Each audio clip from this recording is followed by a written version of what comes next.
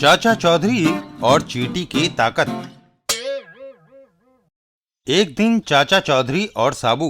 देखना चाचा जी, मैं एक ही झटके में इस पेड़ को काट दूंगा। साबू का एक बार और पेड़ कटकर जमीन पर गिर पड़ता है। साबू अट्ठास लगाने लगता है। हा, देखा चाचा जी, मैं कितना बलशाली हूँ, मेरा कोई मुकाबला नहीं कर सकता।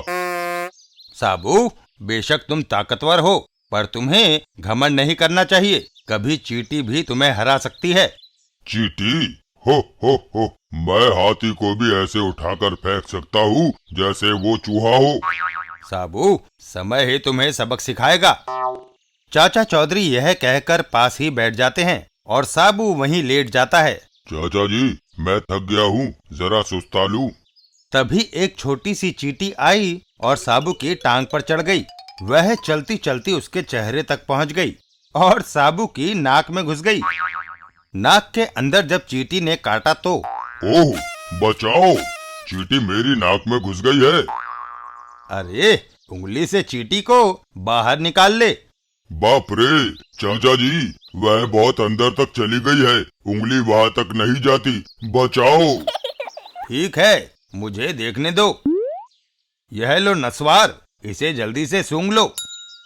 साबू नस्वार नाक में डालता है और फिर छींकों की कतार लग जाती है। आजी, आजी, आजी। छींकों के वेग से चींटी जमीन पर आ गिरती है। साबू, ओह, अब कुछ राहत मिली है चाचा जी। साबू, अब तुम्हें पता चला कि घमंडी का सिर नीचा होता है। जी चाचा जी। चाचा चौधरी और ट्रक का दावेदार।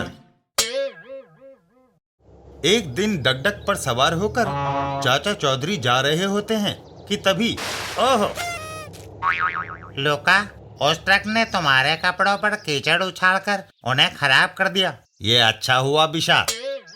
क्या मतलब? मुझे उस गाड़ी को हथियाना है, सो अब वह मुझे मिल जाएगी। चाचा चौधरी, आगे किसी ने सड़क को ब्लॉक कर रखा है। तुमने मेरे कपड़ों को खराब किया है। मुझे अफसोस है भाई, मैं तुम्हारे कपड़ों की धुलाई के पैसे दे देता हूँ। नहीं, मुझे ये ट्रक चाहिए, नहीं तो ये बंदूक देख रहे हो। देखो भाई, मैं तुम्हें ट्रक दे देता, मगर इसके दो मालिक हैं। मेरा पार्टनर पीछे बैठा है, जाकर तुम उससे बात कर लो। यह सुनकर लूका ट्रक के पिछली ओर दौड़ लगाता है। यह कोई समस्या नहीं। ट्रक के मालिक, बाहर निकलो, नहीं तो मैं दरवाजा तोड़ दूंगा। साबू, हाँ, तुम कुछ कह रहे थे? आए।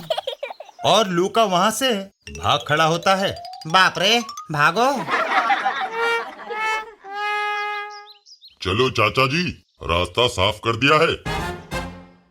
दूसरे दिन बिशार, उस विशालकाय आदमी के सामने मेरा मामूली कारतूस क्या करता?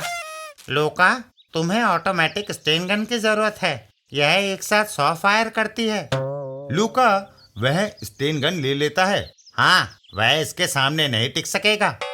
और वहां से चल देता है। वह लंबू अक्सर नदी किनारे सैर करने जाता है। ठीक है, उसको मारने के बाद ट्रक हम ले सकते हैं। नदी के पुल पर वह दिखाई दिया, मुझे हथियार छुपाकर उसके नजदीक आने का इंतजार करना चाहिए। साबू भी उसे देख लेता है। उस नदी के किनारे पर वही आदमी नजर आ रहा है। नजदीक आने पर, वहाँ क्यों खड़े हो? इस लकड़ी के पुल पर से मेरे करीब आओ, मैं दोस्ती करने आया हूँ। झिझको मत, आओ। साबू, मैं आता हूँ। ओह, मेरे पैर रखते ही मेरे वजन से तख्ता नीचे सरक गया। तख्ते की दूसरी ओर खड़ा लूका हवा में उछल जाता है आ! और सीधा जमीन पर मुंह के बल आ गिरता है। साबू वहां से चल देता है। अब वह ट्रक हथियाने का ख्वाब नहीं देखेगा।